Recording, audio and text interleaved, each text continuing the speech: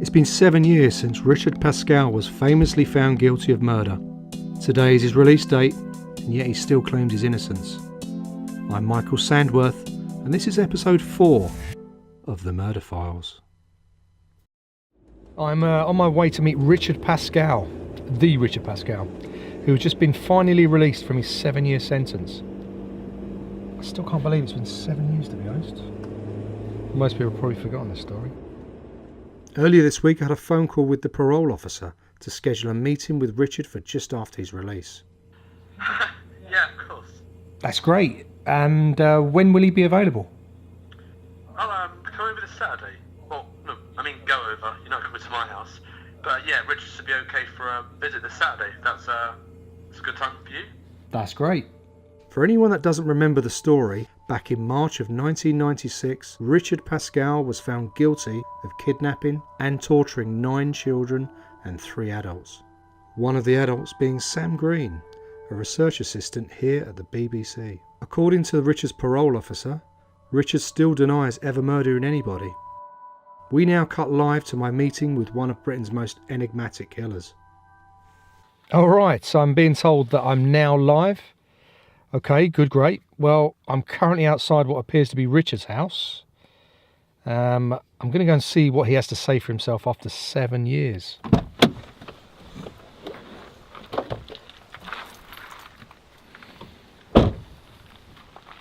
Wow, I can't believe I'm doing this.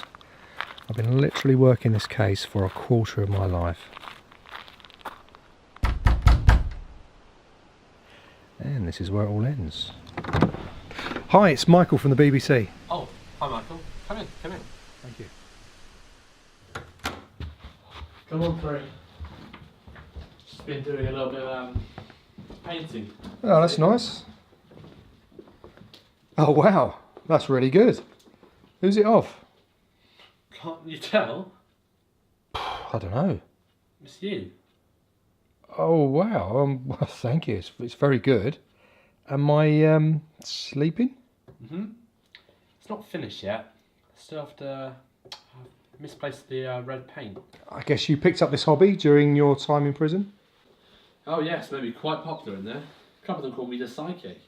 You know, you'd be amazed at how many 6-foot bodybuilders wanted a pretty portrait of themselves on their cell wall. How'd you get hold of the paint? Originally from the art shop, but then they started noticing it going missing, and then I had to start making my own paint. Turquoise is always a hard one to mix up. So is red, to be honest. Richard, on the phone, your parole officer, he said you still deny the murders. I don't have a parole officer. But I spoke with them. That was me. You were talking to me. Give me a second. Just gotta go find some red paint. They didn't give you a parole officer? No.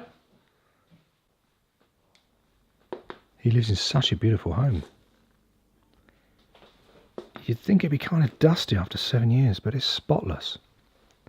And such a large collection of books too. Wow, I am really grateful for this opportunity. It's an incredible look into the real Pascal. I never knew he was a fan of Shakespeare. I mean, how could I? But it just doesn't seem the type. Oh wow, and here are his family photos. Now that's a fun fact. Richard Pascal has children. I did not know that. Wait, no, he's not even in the photo.